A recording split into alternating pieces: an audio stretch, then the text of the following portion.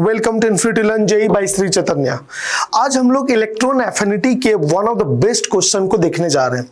तो मैं दो क्वेश्चन डिस्कस करूंगा और ये बहुत यूनिक होंगे और ऑलमोस्ट आपके सारे डाउट एफिनिटी के इससे क्लियर हो जाएंगे।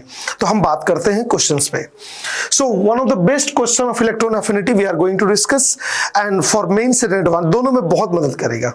इससे पहले अगर आप अभी भी एक अच्छे AITS की तलाश में हैं जो आपके एग्जामिनेशन का स्कोर को बढ़ाने में मदद करेगा, अच्छे क्वेश्चंस और अच्छे बच्चों के साथ कंपैरिजन जो आप अपने मार्क्स को कंपेयर करेंगे कि कहां स्टैंड करिए, दोनों AITS में बहुत मायने रखता है। और इस कोड को इस्तेमाल करके आप इस प्राइस रेंज में अपने स्कोर को एक बूस्ट देने के लिए आप एक अच्छा AITS आपको मिल सकता है। और अभी मैं जो भी पढ़ाऊंगा उसका PDF आपको इस टेलीग्राम चैनल पे मिल जाएगा, तो इसके लिए भी आपको चिंता नहीं करनी है।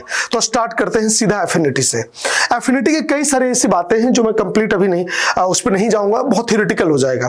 तो सीधा आते हैं क्वेश्चन से। हमें अक्सर शुरुआत से ना साइंस और मैथ पढ़ने का बड़ा शौक रहा है हम लोगों को। ये इधर बढ़ेगा, इधर घटेगा, टॉप टू बॉटम ऐसा होगा, बॉटम टू टॉप ऐसा होगा, लाइक दैट। तो मैंने क्वेश्चन पूछा, arrange elements of second period according to their decreasing electron affinity. आपको इसको अगर आप कौन कौन है इसके competitor, lithium, beryllium, boron, okay, carbon, nitrogen, oxygen, fluorine and neon, ये 8 एलिमेंट है। ओके, अब इनको सजाना है कि क्या हो। अब इससे आपको समझ में आएगा जो जनरली लोग बोल देते हैं ना एफिनिटी इधर से इधर बढ़ता है, इधर से इधर घटता है, देखिए उसकी कितनी वैल्यू है। आराम से बनाइए। अगर आप रिकॉर्डेड इससे देख रहे हैं तो आप इसे पॉज करके जरूर एक बार कोशिश कीजिएगा। तो मैं आता हूं इस बात पर।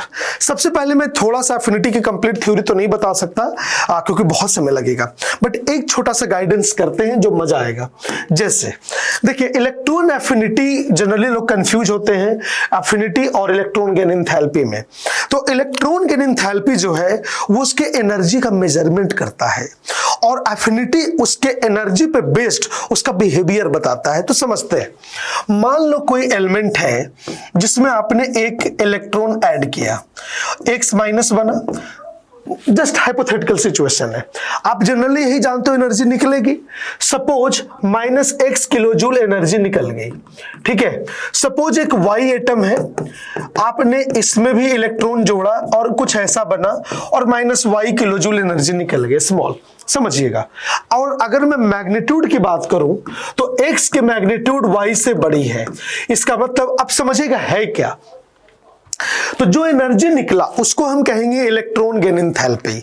मतलब इस प्रोसेस में इतने एनर्जी का एक्सचेंज हुआ। क्लियर? ये आपका क्या हो गया, डेल्टा EgH हो गया माइनस साइन के साथ, नो प्रॉब्लम। अब आपको पता है बचपन से फिजिक्स केमिस्ट्री में पढ़ाया गया है, जिसकी एनर्जी ज्यादा उसकी स्टेबिलिटी कम। ध्यान से समझिएगा, stability come. Is it clear? तो अब इसे देखिए, इसने कहा एक इलेक्ट्रॉन जब मैं लेता हूं तो ज्यादा एनर्जी निकालता हूं। इसका मतलब ये जो बना उसकी एनर्जी इससे इतनी कम हो गई और ये भी एनर्जी रिलीज किया बट इसके मुकाबले कम किया। तो किसमें एक इलेक्ट्रॉन जोड़ने की खुशी ज्यादा है? X में, क्योंकि वो कह रहा है कि देखो मैंने एक सब में तुमने इलेक्ट्रॉन ऐड किया, जब मुझे तुमने इलेक्ट्रॉन दिया तो मेरे सिस्टम की एनर्जी एकदम से कम हो गई, इसलिए मेरा एफिनिटी ज्यादा है। Electron affinity means tendency to accept electron to form uninegative ion. और तो इलेक्ट्रॉन गेन एंथैल्पी जितना ज्यादा रिलीज होगा इसका मतलब उसकी इलेक्ट्रॉन लेने की चाहत ज्यादा, एफिनिटी ज्यादा है। Is it okay? बाकी अगर आपको और जरूरत हो तो कमेंट में जरूर मैसेज कीजिएगा। अब आते हैं इस बात पर। तो जनरली हमें गुमराह कर दिया जाता है कि लेफ्ट से राइट बढ़ोगे तो एफिनिटी नॉन मेटालिक कैरेक्टर बढ़ रहा है तो जनरली बढ़ेगा। आपको पता है ये चीज बच्चों को बड़ा पसंद आता है, बट जैसे ही ट्रेंड टूटता है, एक्सेप्शन आ गया, I don't like chemistry, I like math and physics because they are very logical, ऐसा कुछ नहीं है। यही रियल साइंस है। अब समझते हैं, हम एक मैथमेटिक्स के ऊपर सोचते हैं ऐसे प्रिडिक्ट कर ले। अब देखिए, इलेक्ट्रॉन एफिनिटी क्या है? इलेक्ट्रॉन लेने की चाहत। तो जनरली लोगों को क्या बोल देगा कि इधर से उधर जाओ तो बढ़ता है, यही सिखाया जाता है। बट इसमें कितनी वैल्यू है उस लाइन की देखिएगा। सबसे पहले हर एक एटम नोबेल गैस की तरह होना चाहता है। मतलब ये जी रहे हैं इसलिए कि कोई इलेक्ट्रॉन लूज करके कोई गेन करके नोबेल गैस जैसा हो जाए। तो भैया जो पहले से नोबेल गैस है वो क्यों इलेक्ट्रॉन लूज करेगा या गेन करेगा? ठीक है, तो इनकी कोई चाहत नहीं है इलेक्ट्रॉन लेने की। इनका सिस्टम ऑलरेडी स्टेबल है। ये कहेंगे मतलब तुम अगर मुझ में इलेक्ट्रॉन ऐड भी करोगे ना तो उल्टा मुझे एनर्जी देके पहले स्टेबिलिटी तोड़ो, फिर मैं हो सकता है सोचूंगा इलेक्ट्रॉन लूं के। ये हालत है। तो नियोन कहेगा मैं पहले सरेंडर कर गया हूं, मेरा कोई इलेक्ट्रॉन लेने की चाहत नहीं है। ये आईआईटी कई बार पूछ चुका है। दूसरे नंबर पर बेरिलियम आएगा, जो भी आपके आईआईटी में बहुत बार सवाल आ चुका है। तो नाइट्रोजन कहेगा अरे जैसा भी है मैं भी एक हाफ फील्ड स्टेबिलिटी में बैठा हूं, अगर तुम मुझे P3 से जोड़ भी दोगे 2P4 चला जाएगा, क्या होगा, मेरी स्टेबिलिटी पहले की तुलना में कमी खराबी हो जाएगी। तो नाइट्रोजन भी कहेगा I can take electron but मेरी इच्छा नहीं है। ठीक है, तो ये तीनों पहले से रेस से बाहर हो गए और ये आपका आया हुआ सवाल है आईआईटी का, कितने क्वेश्चंस में आ चुका है। तो बेरिलियम की इलेक्ट्रॉन एफिनिटी जनरली बहुत खराब होती है और कुछ किताबों में इसको मैथमेटिकल बनाते बनाते इलेक्ट्रॉन एफिनिटी 0 लिख देते हैं। इसका भी 0, इसका भी 0, तो क्या लिखेंगे कि किसका 0 बड़ा है? ऐसा नहीं है कुछ। इलेक्ट्रॉन लेने की चाहत इसके इससे भी कम है, बस ये मैटर है। अब आ जाते हैं तो 8 में से 3 तो चले गए, अब बच गए 5। ठीक है, तो इसकी चिंता नहीं है, इसकी चिंता नहीं है, इसकी चिंता नहीं है। तो सबसे टॉप पे आ गया फ्लोरीन और देन आ गया ऑक्सीजन। तो ये हो गया, अब ये हो गया, अब बच गए 3। ठीक है, कार्बन आ गया। ठीक है, ये भी आपका आंसर हो गया। अब यहां पे फिर से एक प्रॉब्लम है, ये भी आईआईटी में आ चुका है। अगर आप लिथियम पे देखो तो 1s2 2s1 है। अगर आप बोरोन पे देखो तो 1s2 2s2 और बच्चा 2p1 है।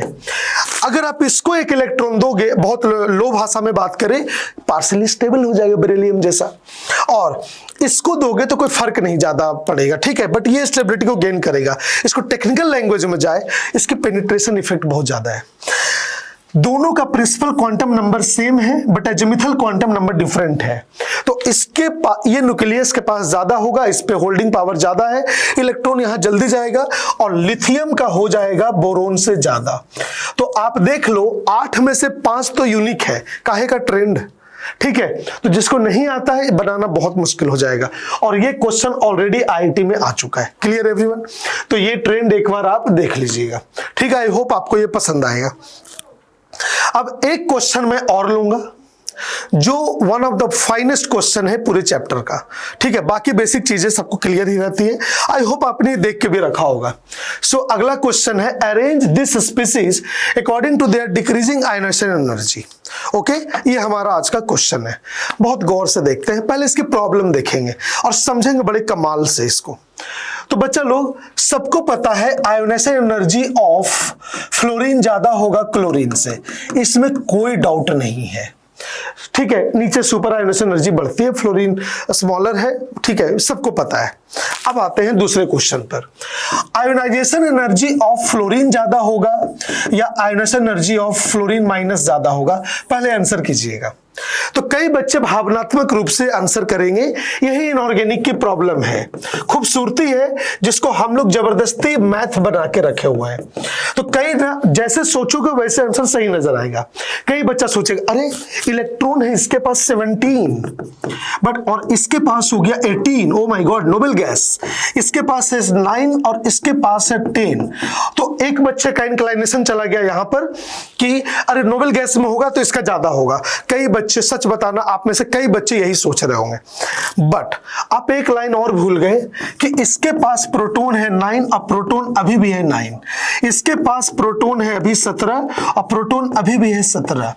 अरे 17 लोग 18 को पुल कर रहे हैं, 17 लोग 17 को पुल कर रहे हैं, तो पुल फोर्स यहां ज्यादा है तो ये ज्यादा होगा और सेम यहां ज्यादा होगा। ये बच्चे बहुत गलती करते हैं। ठीक है, ये बच्चे बहुत गलती करते हैं। तो 3 लॉजिक तो क्लियर हो गया, बट अभी भी एक प्रॉब्लम है। What is the biggest issue? F minus और Cl माइनस में किसकी आयोनाइजेशन एनर्जी ज्यादा होगी? आप किसी को याद है? उसकी तो कोई लॉजिक ही नहीं है, बट इसे कैसे प्रूफ कर सकते हैं, कैसे बनाएंगे, ये प्रॉब्लम है एक्चुअली। अब कई दोनों नोबेल गैस है, फिर यहां बच्चा बायस्ड होगा, सर ये नियोन जैसा है, ये आपका तो ऊपर जाने पे बढ़ेगा फिर वो उधर चला जाएगा छोटे साइज की तरफ। अब देखो इसको हम साइंस पढ़ते हैं तो रट तो सकते नहीं है, कोशिश करते हैं। तो 2 मैथ आप देखिएगा सामने, आपके सामने बनाने जा रहा हूं। तो ये तो हमने प्रूफ कर दिया, ये वाला तो किसी को कोई डाउट ही नहीं है। अब बहुत गौर से देखिएगा हम क्या लिखने जा रहे हैं। तो बच्चे लोग अगर मैं बात करूं, कोई एक मेटल ले लीजिए नॉर्मल, मैं दो पार्ट में इसको डिवाइड कर देता हूं, आपके लिए बहुत यूनिक होने वाला है ये। और अगर मैं इससे एक इलेक्ट्रॉन हटाता हूं, ऑफ कोर्स गैसियस लेंगे, इतना आप समझ जाइएगा, और ये एक इलेक्ट्रॉन निकलेगा, तो इसका जो एंथैल्पी है वो x kilojoule per mole है पॉजिटिव। ठीक है, तो हम क्या लिखते हैं, ionisation energy of m is plus x kilojoule per mole. और आप थर्मोडायनेमिक्स में बहुत अच्छे हैं तो इसको रिवर्स कर दीजिए।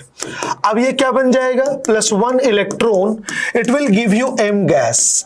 अब ये एफिनिटी हो गया, तो इसको लिखेंगे इलेक्ट्रॉन गेन एंथैल्पी, इसमें minus x kilojoule per mole हो जाएगा। तो बच्चा इसका electron gain enthalpy of m plus क्या हो जाएगा, minus x kilojoule per mole. तो इसका एफिनिटी क्या होगा, ये आपको सबको पता होगा, ये हो जाएगा plus x kilojoule per mole. तो आपने अनजाने में एक बहुत बड़ी मैथमेटिक्स प्रूफ कर दी, यानी मैं आज से कह सकता हूं कि किसी भी न्यूट्रल एटम का आयनेशन एनर्जी उसके कैटायन के एफिनिटी के बराबर होता है। ये एक प्रूफ हो गया आपके लिए, ये भी आपसे पूछा जा सकता है, एक प्रूफ हो गया। अब दूसरा आते हैं, सेम है, थोड़ा सा बस डिफरेंट है, इसको हम यूज करेंगे। अब यहां देखिए, अब एक एटम लेते हैं कुछ ऐसा, इसमें एक हम ऐड कीजिए, क्या बनेगा, x माइनस गैस। सपोज ये इलेक्ट्रॉन गेन एंथैल्पी आपका minus x kilojoule per y रख लो, minus y kilojoule per mole है। तो हम क्या लिखेंगे इसको, electron gain enthalpy of x is minus y kilojoule per mole, no doubt. तो इलेक्ट्रॉन एफिनिटी इसका क्या होगा, of x plus y kilojoule per mole. Okay, दोनों में माइनस साइन का अंतर रहेगा हमेशा। ठीक है, अब इसको आप सेम रिवर्स कर दीजिए, क्या बन जाएगा, x minus gas will give you x gas plus 1 electron, और ये एंथैल्पी क्या हो जाएगा, plus y kilojoule per mole. am I right? So ionization energy of x minus is plus y kilojoule per mole. तो आज से क्या मैं कह सकता हूं, ये दोनों बराबर है।